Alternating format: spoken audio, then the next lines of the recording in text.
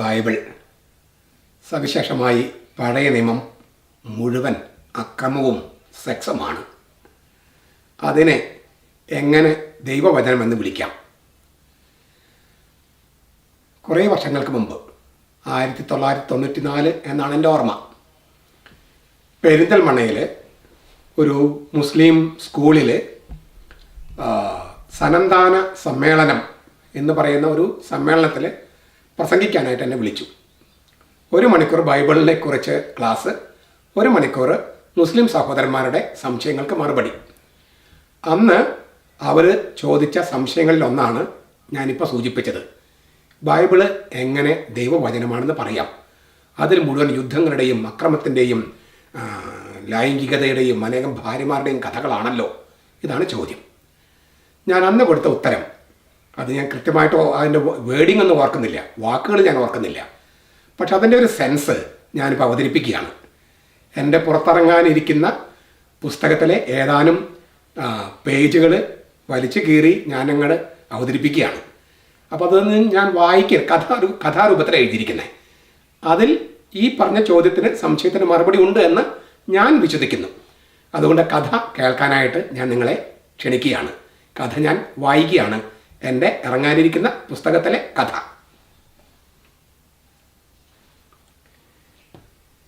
കലി തുള്ളിയതുപോലെ അയാൾ വന്നു കയറി. എന്നും സത്യസന്ധനായ വഴക്കാളിയായിരുന്നു അയാൾ. ഇടം വലം തിരിയാതെ അയാൾ നേരെ അരമനയിലേക്ക്. അയാളെ തടയാനുള്ള ചങ്കൂറ്റമൊന്നും കാവൽഭടന്മാർക്കില്ല. ആ നോട്ടം മതി, ചൂളിപ്പോകും. വന്നപാടെ ഒന്നിലധികം അർത്ഥങ്ങൾ നാനാ വഴിക്കും ചിതറി അയാൾ കഥ പറയാൻ തുടങ്ങി. നമ്മുടെ ഒരു പട്ടണത്തിൽ 2 ആളുകളുണ്ടായിരുന്നു. ഒരാൾ പണക്കാരൻ, മറ്റേയാൾ പാവപ്പെട്ടവൻ. നേരും നെറിയുമില്ലാത്ത പണക്കാരന് കന്നുകാലികളും ആടുമാടുകളും 100 കണക്കിന്. നിത്യനിദാനത്തിന് വഴിയില്ലാത്ത പാവപ്പെട്ടവനോ നിരത്തിലായാലും പുരത്തിലായാലും ഒരു പെണ്ണാട് മാത്രം. അവൻ അതിനെ വില കൊടുത്തു വാങ്ങിയതാണ്. അത് അവൻ്റെ പാത്രത്തിൽ നിന്ന് തിന്നു, അവൻ്റെ പാത്രത്തിൽ നിന്ന് കുടിച്ചു, അവൻ്റെ കുട്ടികളോടൊപ്പം വളർന്നു, അവൻ്റെ മടിയിൽ കിടന്നുറങ്ങി.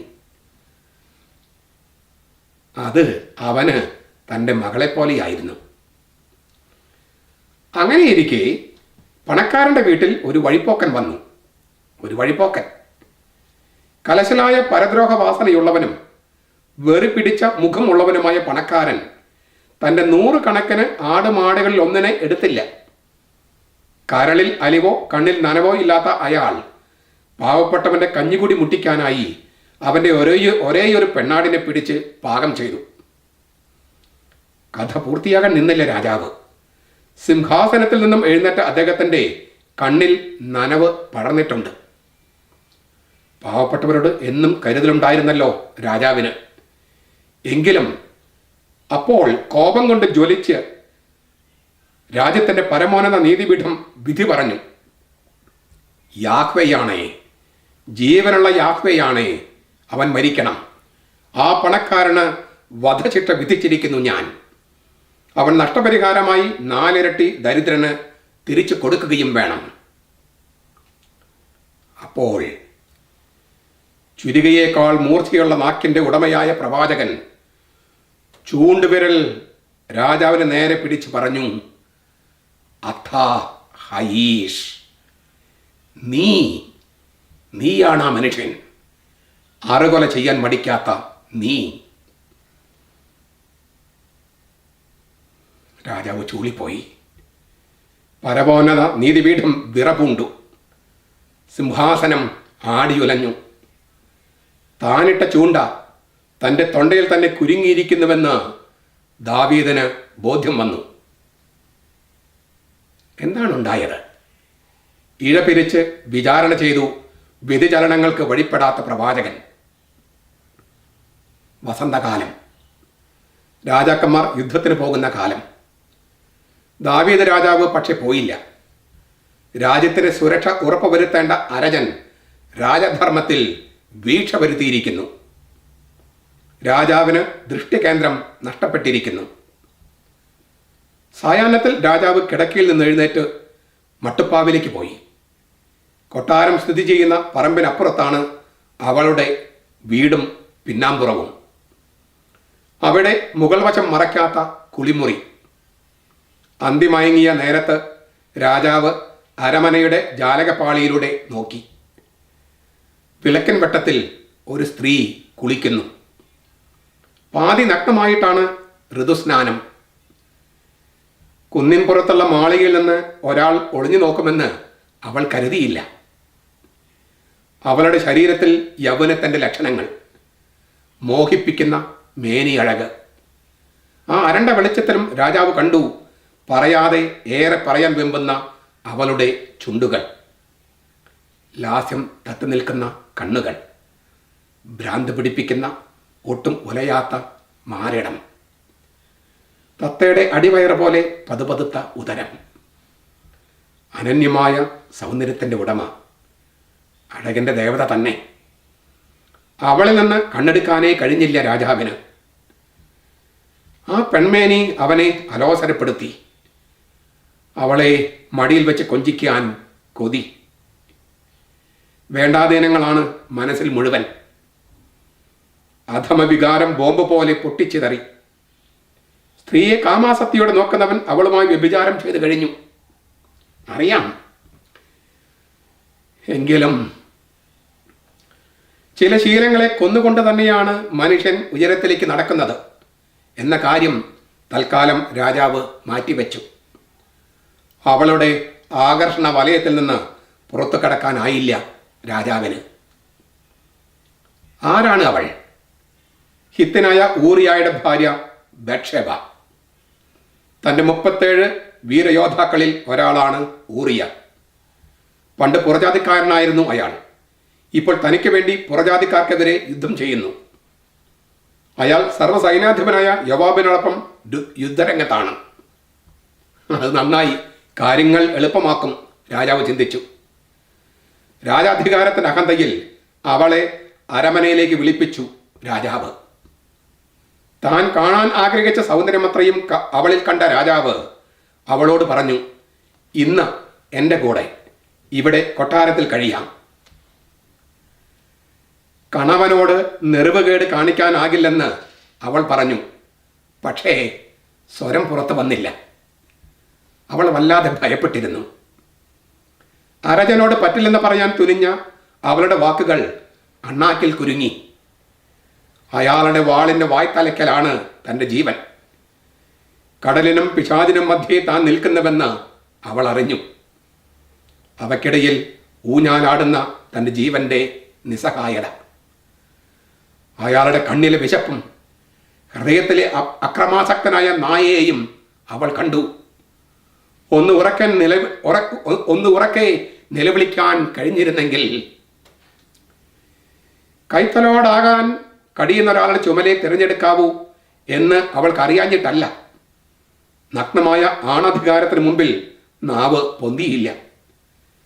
വലിയ വീട്ടിൽ പിറക്കാത്ത പെണ്ണുങ്ങൾക്കറിയാം പ്രണയത്തിൻ്റെ ചൂടിൽ പോലും നേരം തെറ്റി തികട്ടുന്ന ഉത്ഭയത്തിൻ്റെ പൊള്ളൽ. പക്ഷേ ആണിൻ്റെ ശരിയാണ് കരിങ്കല്ലിൽ കൊത്തിയ അവസാന വാക്ക്. എപ്പോൾ വേണമെങ്കിലും സമനില കൈവിടാവുന്ന സ്ഥിതിയിലെത്തിയപ്പോൾ വഴിതെറ്റിയ ആ ചെകുത്താന് വഴങ്ങി അവൾ.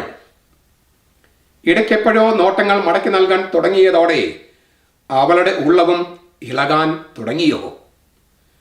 വൈകാരിക അഭിനിവേശങ്ങളെ നിയന്ത്രിക്കാൻ അവൾ ശ്രമിക്കാതിരുന്നുവോ?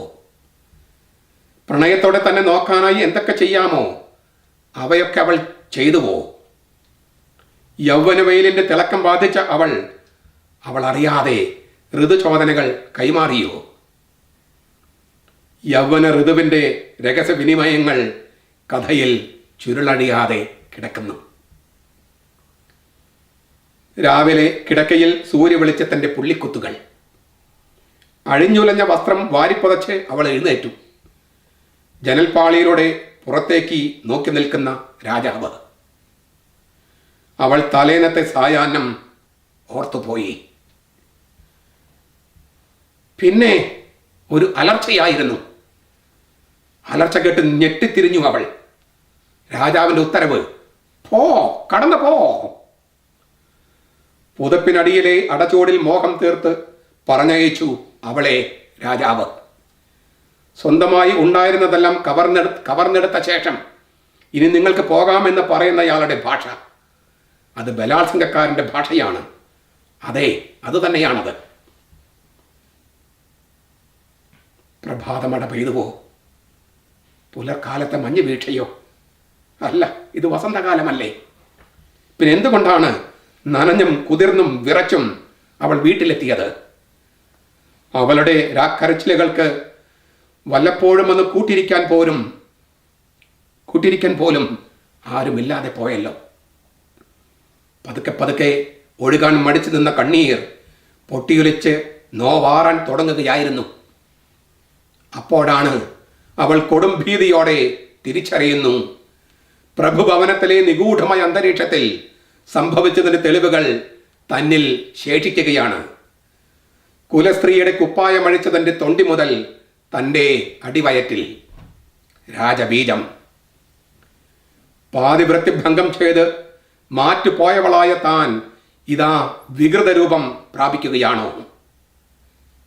ഇല്ല ഇല്ല, മൂകഭാഷയായിക്കൂടാ. മാനക്കേടിന്റെ ചാപ്പ ഭയന്ന് പറയാൻ മടിച്ചുകൂടാ. ഏതാനും ദിവസം മുമ്പ് പാതി വഴിയിൽ നിലച്ചുപോയ സംഭാഷണം പൂരിപ്പിക്കേണ്ടതുണ്ട്. പുരുഷലോകം കെട്ടിപ്പൊക്കിയ ആണത്വത്തിന്റെ കോട്ടകൾക്കുള്ളിൽ സ്ത്രീകളുടെ അനുവാദം അതിനാവശ്യമില്ല എന്ന വിചാരഗതിയുടെ മുന ഒടിച്ച് കയ്യിൽ കൊടുക്കേണ്ടതുണ്ട്, അത് രാജാവാണെങ്കിലും. അവൾ ദാവീദിനെ അറിയിച്ചു, എനിക്ക് മാസമുറ തെറ്റിയിരിക്കുന്നു. ഒരു ഞെട്ടലോടെയാണ് ദാവീദ് അത് കേട്ടത്. അല്ലേലും അതങ്ങനെയാണ്. ആരംഭത്തിൽ മധുരിക്കും, ഒടുക്കം കൈക്കും. ഈ കയ്പിൽ നിന്ന് കരകയറാൻ ഗർഭത്തിന്റെ ഉത്തരവാദിത്തം അവളുടെ ഭർത്താവിന്റെ തലയിൽ കെട്ടിവെക്കാനുള്ള ശ്രമങ്ങൾ ആരംഭിക്കുകയായി അദ്ദേഹം. യുദ്ധരംഗത്ത് നിന്ന് ഊറിയായെ രാജാവിന്റെ അടുക്കലേക്ക് അയക്കാൻ സർവ്വസൈന്യാധിപനായ യോവാബിന് സന്ദേശം പോയി. ഊറിയ കൊട്ടാരത്തിലെത്തിയപ്പോൾ പ്രോട്ടോകോൾ ലംഘിച്ച് രാജാവ് നേരിട്ട് ഊറിയായെ സ്വീകരിക്കാൻ ചെന്നു. യുദ്ധരംഗത്തെ വിശേഷങ്ങൾ ചോദിച്ചറിഞ്ഞു. എത്ര വിനയമുള്ള രാജാവ്! ഊറിയ മനസ്സിലോർത്തു. രാജാവിന്റെ കൗശലം അയാൾക്കറിയില്ലല്ലോ. ദാവീദ് ഊറിയായോട് പറഞ്ഞു, യുദ്ധരംഗത്ത് വരികയല്ലേ, ക്ഷീണം കാണും, വീട്ടിൽ പോയി ഭാര്യയോടൊത്ത് സന്തോഷിക്കൂ. തന്നോടുള്ള അമിതമായ സ്നേഹത്താൽ രാജാവ് യുദ്ധനിയമം മറന്നുപോയെന്ന് ഊറിയ വിചാരിച്ചു. യുദ്ധകാലത്ത് പട്ടാളക്കാരന് ഭാര്യയുമായി ശയിക്കാൻ അനുവാദമില്ലായിരുന്നു. അയാൾ തൊട്ടപ്പുറത്തെ തൻ്റെ വീട്ടിലേക്ക് പോയില്ല. വഴിഭ്രംശങ്ങൾക്ക് വഴങ്ങാകയിലെ ശാഠ്യനിഷ്ഠ അയാളുടെ കൂടപ്പിറപ്പാണ്. ഊറിയ കൊട്ടാരത്തിൽ നിന്ന് പുറത്തേക്ക് കടന്നപ്പോഴേക്കും ഒരു വണ്ടി നിറയെ സമ്മാനങ്ങൾ അയാളുടെ വീട്ടുപടിക്കലെത്തി. രാജാവ് അയാളെ എത്രമാത്രം ബഹുമാനിക്കുന്നു. പക്ഷേ ഊറിയ മാത്രം വീട്ടിലെത്തിയില്ല. അവൻ അരമനയുടെ പടിപ്പുറയിൽ കിടന്നുറങ്ങി. അയാൾക്ക് എവിടെ കിടന്നാലും ഉറക്കം കിട്ടും. രാജാവ് പതുപതുത്ത മെത്തയിൽ കിടന്നു. പക്ഷേ നിദ്ര അദ്ദേഹത്തെ സന്ദർശിച്ചില്ല. ദാവീദ് എല്ലാം നിരീക്ഷിക്കുകയായിരുന്നു. ഊറിയ വീട്ടിൽ പോയിട്ടില്ല. ദാവീദ് അയാളോട് ചോദിച്ചു, നീ യാത്ര കഴിഞ്ഞ് വന്നവനല്ലേ, വീട്ടിലേക്ക് പോകാത്തതെന്ത്? ഇത് നല്ല കൂത്ത്.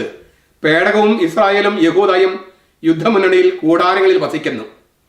സർവ്വസൈന്യാധിപരും ഛേകവരും യുദ്ധരംഗത്ത് പാളയമടിച്ചിരിക്കുന്നു. അങ്ങനെയിരിക്കും ഞാൻ തിന്നാനും കുടിക്കാനും ഭാര്യയുമായി ശയിക്കാനും വീട്ടിൽ കടക്കയോ? അങ്ങാണേ, അങ്ങയുടെ ജീവനാണേ, ഞാനത് ചെയ്യില്ല. ഊറിയ ദാവീദിനോട് പറഞ്ഞു. ഇതുപോലെ വിശ്വസ്തനായ യോദ്ധാവിനെ ദാവീദ് മുമ്പ് കണ്ടിട്ടില്ല. പക്ഷേ ദാവീദ് ഊറിയായോട് പറഞ്ഞു, ഓ അത് ശരി, നന്നായി, നീ ഇന്നും ഇവിടെ താമസിക്കുക. ഊറിയ അന്നും യെറൂസലേമിൽ താമസിച്ചു. പിറ്റേന്നാൾ ദാവീദ് അവനെ ക്ഷണിച്ചു രാജാവിനോടൊപ്പം രാജമേശയിൽ നിന്ന് അത്താഴം കഴിക്കാൻ. ഇതിനേക്കാൾ വലിയ ആദരവ് കിട്ടാനുണ്ടോ ഒരു യോദ്ധാവിന്? ദാവീദ് അവനെ കുടിച്ച് മത്തനാക്കി. കുടിച്ച് ലഹരി പിടിച്ച് കഴിയുമ്പോൾ ഭാര്യയെ തേടുമെന്ന് ദാവീദ് വിചാരിച്ചു. പക്ഷേ ഊറിയ രാജാവിൻ്റെ പ്രതീക്ഷയെല്ലാം തെറ്റിച്ചു. അവൻ വീട്ടിലേക്ക് പോയില്ല. രാജഭൃത്തന്മാരുടെ കൂടെ തൻ്റെ വിരിപ്പിൽ കിടന്നുറങ്ങി. വരാന്തയിൽ കിടന്നാലും ഊറിയ ഉറങ്ങും. രാത്രി മുഴുവൻ ഉറക്കമില്ലാതെ രാജാവ് കട്ടിലിന് വലം വച്ചു. ഊറിയ ബത്ശബയുടെ കൂടെ കിടക്കില്ല എന്ന് കണ്ട ദാവീദ് അവസാനം ഏതറ്റം വരെയും പോകാൻ പ്രേരിപ്പിക്കുന്ന കുറ്റവാസനയുടെ കത്തുമുനകളിൽ അഭയം പ്രാപിക്കാൻ തീരുമാനിച്ചുറച്ചു. ഊറിയായുടെ മരണവാറണ്ട് അവന്റെ കയ്യിൽ തന്നെ കൊടുത്തയക്കാനുള്ള ഉളുപ്പില്ലാത്ത കപടതയും ദാവീദിൽ നിന്നുണ്ടായി. യുദ്ധനിപുണനായ ദാവീദ് ഊറിയായെ എങ്ങനെ കൊല്ലണമെന്ന് പോലും ആ കത്തിൽ എഴുതിയിരുന്നു. അംഗം ജയിക്കാൻ അടവുകൾ മാത്രം പോരല്ലോ. പടയിളക്കം കേട്ട കോലാഹലത്തിനുള്ളിൽ ഊറിയ കൊല്ലപ്പെട്ടു. രാജാവിന്റെ ഹൃദയത്തിൽ പ്രവാചക വചനത്തിന്റെ ചാട്ടുളി വീണിരിക്കുന്നു. ധ്യാനാത്മകമായ പ്രണയം വിവാഹേതര ബന്ധത്തിൽ ലഭിച്ചാൽ അത് സ്വീകരിക്കുന്നത് ശരിയാണെന്ന വാദം ദൈവം കേട്ടില്ല. പാടിത്തെറ്റിച്ചൊരു പാട്ട് പോലെയായി തൻ്റെ ജീവിതം ദാവീദ് ഓർത്തു. ഒന്ന് പതറിയെങ്കിലും സമനില വീണ്ടെടുത്തു ദാവീദ്. തീ പാർന്ന പ്രവാചകന്റെ നോട്ടത്തിന് പിന്നിൽ തിര തല്ലുന്ന ആർദ്രതയുടെ മഹാസാഗരം കണ്ട ദാവീദ് വാവിട്ടു കരഞ്ഞുപോയി. പൊളിഞ്ഞുപോയ നാടകമോർത്തല്ല, പൊറുക്കാനരുതാത്ത തെറ്റ് ചെയ്തതോർത്ത്. രണ്ടായി പിളർന്ന ഹൃദയത്തിനുള്ളിൽ നിന്ന് പശ്ചാത്താപത്തിന് ജീവജലം ഒഴുകി. പെയ്തു തോർന്ന കരച്ചിലിനൊടുവിൽ ഉള്ളിൽ ശാന്തി നിറഞ്ഞപ്പോൾ ചിരാർജിതമായ കാവ്യ സംസ്കാരത്തിൽ കണ്ണുനീർ കൊണ്ട് കാവ്യമെഴുതി 51-ാം സങ്കീർത്തനം. ചങ്കിൽ കനൽക്കട്ട കോരിയിട്ടതുപോലെ മനസ്സ് വെന്തു നീറുന്നൊരു ഗാനം. സൂര്യകിരീടത്തെ തച്ചുടച്ച ഗാനം. മനസ്സ് തൊട്ട് അത് പാടി മാപ്പ് ചോദിച്ചു ദാവീദ്. അനുതാപത്തിന് സൂചിക്കുത്ത് മനസാക്ഷിയിൽ ഏൽപ്പിച്ച ആഘാതം ഏറ്റുപറഞ്ഞു. ചിതറിത്തെറിച്ച് കുറ്റബോധത്തിന്റെ ഉന്മാദാവസ്ഥയിലേക്ക് പോകാതിരിക്കാൻ, വിഷാദത്തിന്റെ മഞ്ഞുമലയിലിടിച്ച് തകരാതിരിക്കാൻ ഒരു പിൻവിളി വേണമായിരുന്നു. ദൈവത്തിന്റെ തീരാ കാരുണ്യം പകരുന്ന പ്രവാചകന്റെ പിൻവിളി. ദാവീദിന് തിരിച്ചു വരവിന്റെ വിളംബരം കൊടുത്തു പ്രവാചകൻ. നിന്റെ പാപം ക്ഷമിക്കപ്പെട്ടിരിക്കുന്നു, പക്ഷേ പ്രായശ്ചിത്തം ചെയ്യണം. 2 പ്രായശ്ചിത്തം. ബത്ശബയുടെ കുഞ്ഞ് മരിക്കും. നിന്റെ ഭവനത്തിൽ നിന്ന് വാളൊഴിയുകയില്ല. അതെ, പാപം ക്ഷമിക്കപ്പെട്ടു, പക്ഷേ പരിഹാരത്തിന്റെ വാൾമുന തലയ്ക്ക് മുകളിൽ തൂങ്ങിക്കിടക്കും. ആ കുഞ്ഞ് മരിക്കും, പകരം ശലോമോനെ കിട്ടും. ദാവീദിന്റെ കുടുംബത്തിന്റെ സ്നേഹച്ചുമരിൽ വിള്ളലുകൾ വീഴാൻ തുടങ്ങി. ദാവീദിന്റെ മൂത്ത മകനാണ് അമ്നോൻ. ദാവീദിന് മറ്റൊരു ഭാര്യയിലുണ്ടായ മകളാണ് താമാർ. അവളുടെ നേരാങ്ങളായാണ് അബ്ശലോം. അതിസുന്ദരിയായിരുന്നു താമാർ. ചുണ്ടിലൊളിപ്പിച്ച ചിരി, നിഗൂഢ ഭാവം, മെയ്യഴകും മുഖശ്രീയും കണ്ട് നിന്നുപോയി അമ്നോൻ. അതെ, നല്ല മുഖശോഭ, രാജപദവിക്ക് ചേർന്ന പെണ്ണ് തന്നെ. കണ്ടറിഞ്ഞ സുന്ദരിയെ സചേതനമായി അടുത്തറിയാൻ അമ്നോൻ കൊതിച്ചു. പാടില്ലാത്തതാണ്, പക്ഷെ പ്രായം അനുസരണമില്ലാത്ത കുതിരയെപ്പോലെ പെരുമാറി. ആര് കണ്ടാലും മോഹിച്ചു പോകുന്ന ആ രൂപത്തിന് എന്നും കനത്ത കാവലാണ്. രാജകുമാരിയല്ലേ? ശകുനിയായ സുഹൃത്ത് ഉപായം പറഞ്ഞു. പനി എന്ന് നടിക്കുക. അപ്പനോട് പറയുക സഹോദരിയോട് അടയുണ്ടാക്കി കിടപ്പുമുറിയിലേക്ക് കൊണ്ടുവരാൻ. പൂവുടയാടകളും ഉടുത്ത് കയ്യിൽ അടയുമായി അവൾ സഹോദരന്റെ മുറിയിലേക്ക്. അത് ചതിക്കുഴിയാണെന്ന് അവൾ അറിഞ്ഞിരുന്നില്ല. അരുതെന്ന അവളുടെ വാക്കുകൾ ബധിരമായ ചെവിയിലാണ് പതിച്ചത്. പ്രണയാർദ്രനായ കാമുകന്റെ ദയനീയാവസ്ഥ കണ്ട് അവൾ പറഞ്ഞു, അപ്പനോട് പറ, അവൻ എന്നെ നിനക്ക് കെട്ടിച്ചു തരാതിരിക്കില്ല. പതനത്തിന്റെ വാരിക്കുഴിയിൽ നിന്ന് രക്ഷപ്പെടാനുള്ള അവളുടെ അവസാനത്തെ ശ്രമമായിരുന്നു അത്. പക്ഷേ ക്ഷണിക പ്രേമത്തിന്റെ അഗ്നിയായിരുന്നു അമ്നോന്റെ മനസ്സിൽ. അവളോടുണ്ടായിരുന്ന നെഞ്ചിലേറിയുന്ന പ്രേമം വാരിക്കളഞ്ഞ് കാമഭ്രാന്തിന് വഴങ്ങി കനിഷ്ഠപുത്രൻ. അവളുടെ ശരീരത്തിൽ ആസക്തിയുടെ ഉത്തരം കണ്ടെത്തിയ അവന്റെ രതിഭ്രമം ഐസ്ക്രീം പോലെ അലിഞ്ഞു തീർന്നു. പ്രണയമില്ലാത്ത ലൈംഗിക ബന്ധം അറപ്പും വെറുപ്പുമാണെന്ന് അവന് തിരിച്ചറിവുണ്ടായത് അപ്പോഴാണ്. കടക്കുപുറത്ത് അവൻ ഉച്ചത്തിൽ അവളോട് പറഞ്ഞു. അവൾ വിസമ്മതിച്ചു. തന്റെ ആത്മാവിലെ വെളിച്ചം തല്ലിക്കെടുത്തിയ അവന്റെ മുമ്പിൽ മുട്ടിൽമേൽ വീണ് അവൾ കെഞ്ചി, ഇപ്പോഴെങ്കിലും എന്നെ വിവാഹം ചെയ്യൂ, എന്നെ നിന്റെ പൊണ്ടാട്ടിയാക്കൂ, ഈ തെറ്റ് തിരുത്തൂ. അംഗരക്ഷകന്മാർ വന്ന് അവളെ പിടിച്ച് പുറത്താക്കി വാതിലടച്ചു. നിറഞ്ഞു തൂവിയ കണ്ണുകൾ തുടയ്ക്കാനാവാതെ അവൾ വിതുമ്പി അപ്പനോട് പറഞ്ഞു, കനിഷ്ഠപുത്രൻ അമ്മനോൻ തന്നെ ചതിച്ചെന്ന്, ബലാത്സംഗം ചെയ്തെന്ന്. അവനെതിരെ നടപടിയെടുക്കാൻ കഴിയാതെ അപ്പൻ വിറങ്ങലിച്ചു നിന്നു. അവൾ നേരാങ്ങളയോട് പറഞ്ഞു, നീതി ലഭിക്കാനിടയുള്ള എല്ലാ വാതിലുകളിലും മുട്ടി. പെങ്ങളെ ചതിച്ച അമ്മനോനെ ഉത്സവത്തിനിടയിൽ മദ്യം കൊടുത്ത് കൊന്നുകളഞ്ഞു അബ്ശലോം. സഹോദരൻ സഹോദരനെ കൊന്നു. അപ്പനായ ദാവീദിന്റെ ഉപഭാര്യമാരുടെ കൂടെ പകൽ വെളിച്ചത്തിൽ മകനായ അബ്ശലോം ക്ഷയിച്ചു. അച്ഛന് മകനോട് അംഗം പിടിക്കേണ്ടി വന്നു. അവൻ വൃക്ഷശിഖരത്തിൽ മുടിയുടക്കി മരിച്ചു വീണു. നിന്റെ ഭവനത്തിൽ നിന്ന് വാൾ ഒഴിയുകയില്ല. ഒരു വാൾ തലയ്ക്ക് മുകളിൽ എപ്പോഴും തൂങ്ങി നിന്നു. ബത്ശബായയുടെ കുഞ്ഞ് രോഗിയായി. കുഞ്ഞിന് ഉടൽ ഞെരിയുന്ന വേദന. മരണം ഈ കുഞ്ഞിന്റെ കട്ടിൽ കീഴെ കാത്തുകെട്ടി കിടന്നു. പൗരപട്ടികയിൽ ഇടം പിടിക്കാതെ ആ കുഞ്ഞു പോയി. വിധി രോഗമായും അപകടമായും കൊലപാതകമായും അലസിപ്പോയ ഗർഭങ്ങളായും വിടാതെ പിന്തുടർന്നപ്പോഴും അമർത്തിയ ഗദ്ഗതവുമായി ഈശ്വരപീഠത്തിന്റെ കൽപ്പടിയിൽ മിഴിപൂട്ടിയിരുന്നു പ്രാർത്ഥിക്കുകയായിരുന്നു ദാവീദ്. ഒരു ദേശത്തിന് ഉടയവൻ. ദേവാസുര യുദ്ധമായിരുന്നു ദാവീദിന്റെ ജീവിതം.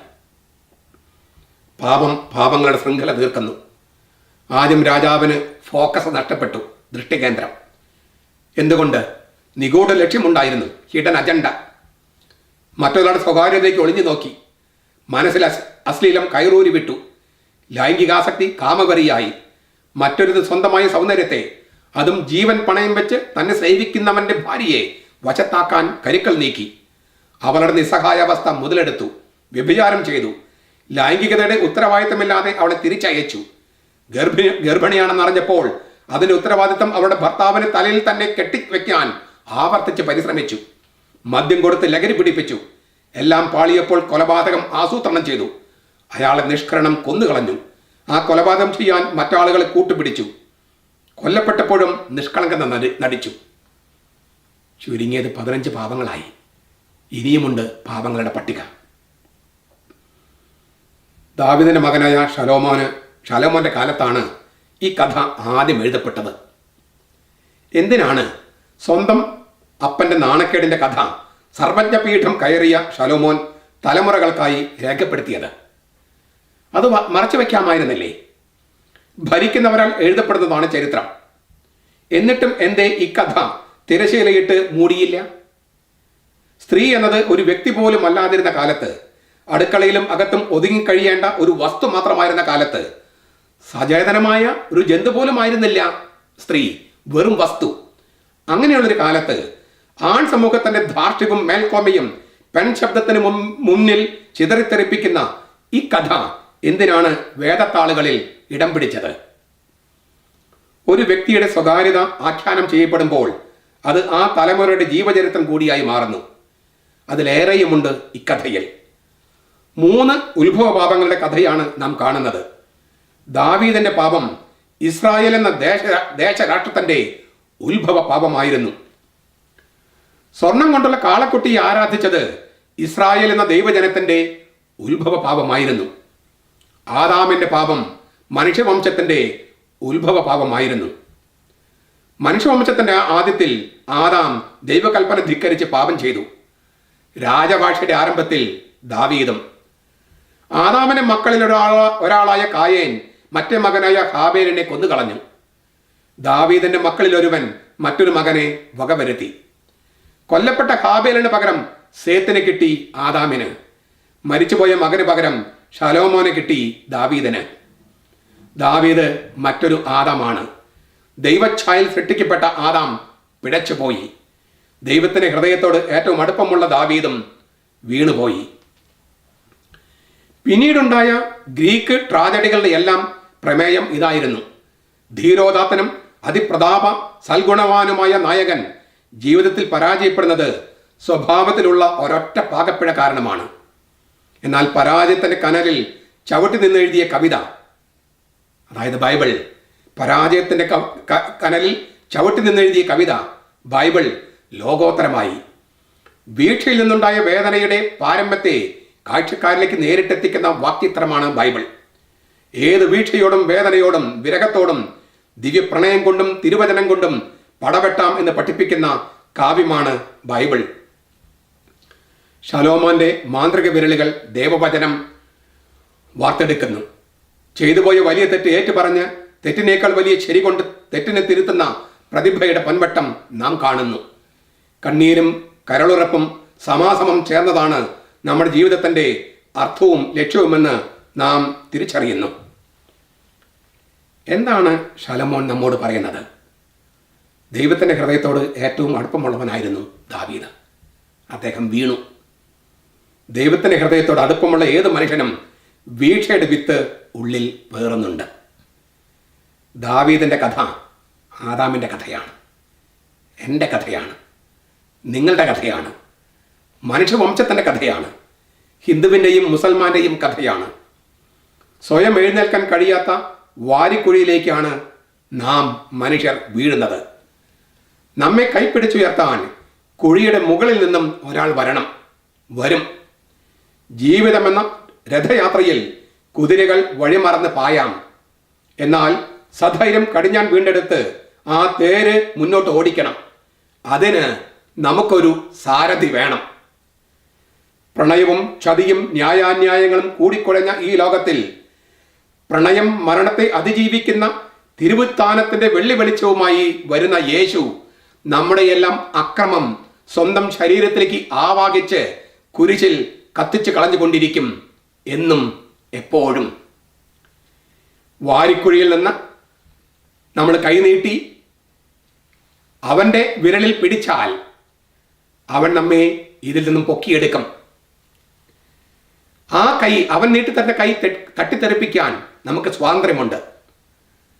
അവൻ നീട്ടിത്തരുന്ന വിരലിൽ കൈപിടിച്ച് വാരിക്കുഴിയിൽ നിന്നും പുറത്തേക്ക് വരാനുള്ള ആ സാധ്യതയുമുണ്ട്.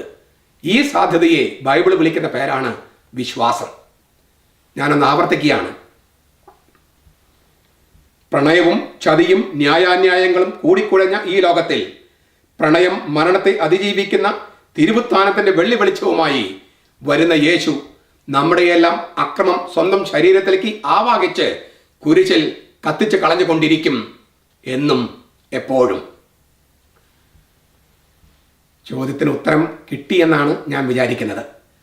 ഒന്നുകൂടി ആവർത്തിച്ച് കേട്ടാൽ പിന്നെയും ധ്യാനിച്ചാൽ ഉത്തരം കിട്ടും തീർച്ച. Thank you.